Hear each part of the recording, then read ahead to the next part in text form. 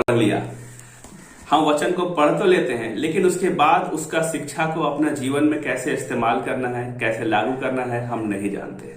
आज मैं आपको सिखाने वाला हूं परमेश्वर के वचन को पढ़ने का तरीका, और उस पर कैसे मनन करेंगे, इस बात को आज हम लोग सीखेंगे। दोस्तों, मेरा नाम है जॉन तिर्की और मैं 15 सालों से अधिक जवानों के बीच में सेवकाई कर रहा हूं और जवानों को प्रभु यीशु मसीह का चेला बनने में सहायता करता हूं। तो चलिए शुरू करते हैं। मैं आपको अपना स्क्रीन में लेके चलता हूं।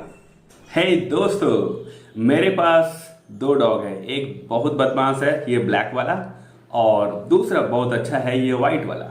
अब मेरे पास में एक समस्या भी है। ये जो बदमाश है, ये करता क्या है, ये भाव भाव करता रहता है लोगों को और काटता भी है, जिससे मुझे परेशानी हो जाता है। लेकिन अब मेरा समस्या क्या है, दोनों को रखना मेरा मजबूरी है। उनमें से किसी को भी मैं बांध नहीं सकता, मार के खत्म भी नहीं कर सकता। दोनों को रखना है, एक बदमाश ब्लैक वाला और दूसरा सफेद वाला कुत्ता जो अच्छा है। आप मुझे कुछ सुझाव दे सकते हैं क्या?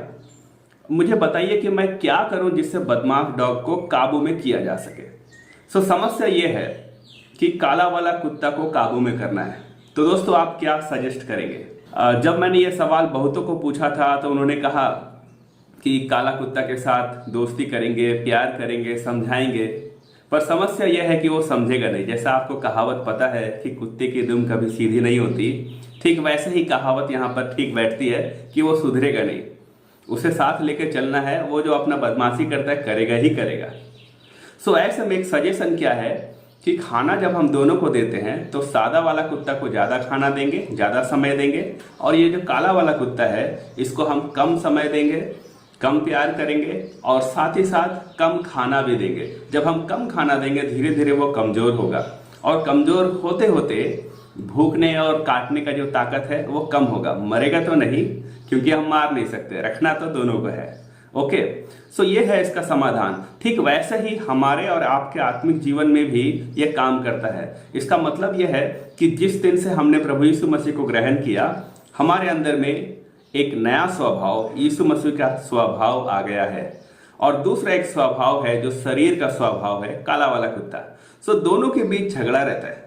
हम एक संघर्ष को महसूस करते हैं। मैं भला काम करना तो चाहता हूं, लेकिन मुझसे बन नहीं पड़ता, होता नहीं है।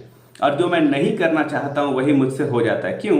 क्योंकि हमारे अंदर इस तरह का 2 स्वभाव पाया जाता है, और प्रभु यीशु मसीह को ग्रहण करने के बाद यह 2 तरह का स्वभाव, एक नया स्वभाव मसीह यीशु में, और दूसरा पुराना मनुष्यत्व, मतलब शरीर का जो काम है वो बहुत ज़्यादा काम करने लगता है। कौन ज़्यादा स्ट्रांग होगा?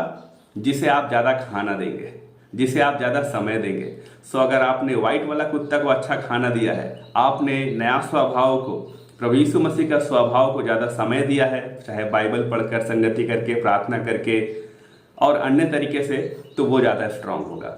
अगर आपने कम समय दिया है, ये काला कुत्ता जो बदमाश है, मतलब आपने उनको उतना अच्छा से खाना नहीं दिया, समय नहीं दिया, उनको ध्यान नहीं दिया, तो धीरे धीरे वो कमज़ोर होगा। तो आइए हम यहाँ पर आज सीखेंगे कि परमेश्वर का जो वचन है उसको कैसे पढ़े।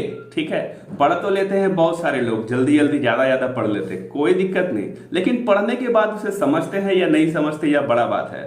हाँ, पढ़ने के बाद हम कैसे मनन करें, मनन करने का मतलब क्या है, उसे हम आगे समझेंगे। बाइबल पढ़ने से क्या फ़ायदा होता है, क्या आप बता सकते हो? वैसे बहुत सारा फायदा होता है। कुछ बातों को मैं यहाँ पर आपको 1-2 उदाहरण से समझाना चाहता हूँ। आप यहाँ इस फोटो को ध्यान से देखिए। यहाँ पेड़ ऊपर बहुत हरा भरा है और उसका जड़ वैसे ही गहराई में गया है। जिस पेड़ का जड़ गहराई में गया है, इसका मतलब है वो अच्छा पेड़ है, और जब आंधी और तूफान भी आएगा तो वो पेड़ गिरेगा नहीं, मजबूती के साथ पकड़े रहेगा जड़ और फिर गिरेगा नहीं। तो पेड़ को हरा भरा होने के लिए क्या चाहिए? सूरज का रोशनी चाहिए, खाद चाहिए, पानी चाहिए, है ना, ये सब कुछ चाहिए पेड़ को बढ़ने के लिए। आप यहाँ पर देख सकते हैं पेड़ कितना हरा भरा है ना। ये हरा पत्ता उसका जड़ पर निर्भर करता है कि उसको कितना खाना मिल रहा है और कितना रोशनी मिल रहा है। ओके, परमेश्वर का वचन में यहाँ पर लिखा है, जैसे तुमने मसीह यीशु को प्रभु करके ग्रहण कर लिया है, वैसे ही उसी में चलते रहो और उसी में जड़ पकड़ते और बढ़ते जाओ। जैसे तुम सिखाए गए वैसे ही विश्वास में दृढ़ होते जाओ और अत्यंत धन्यवाद करते रहो। कुलुस्सियों 2 उसका 6-7। परमेश्वर का वचन हमें कहता है कि जब हमने प्रभु को ग्रहण कर लिया, ठीक है, अब उसी में चलना है। अब केवल उसी में चलते नहीं रहना है, हमें गहराई से अंदर भी जाना है, जड़ पकड़ते जाना है, मतलब मजबूत होते जाना है और बढ़ते जाना है। हमारा फाउंडेशन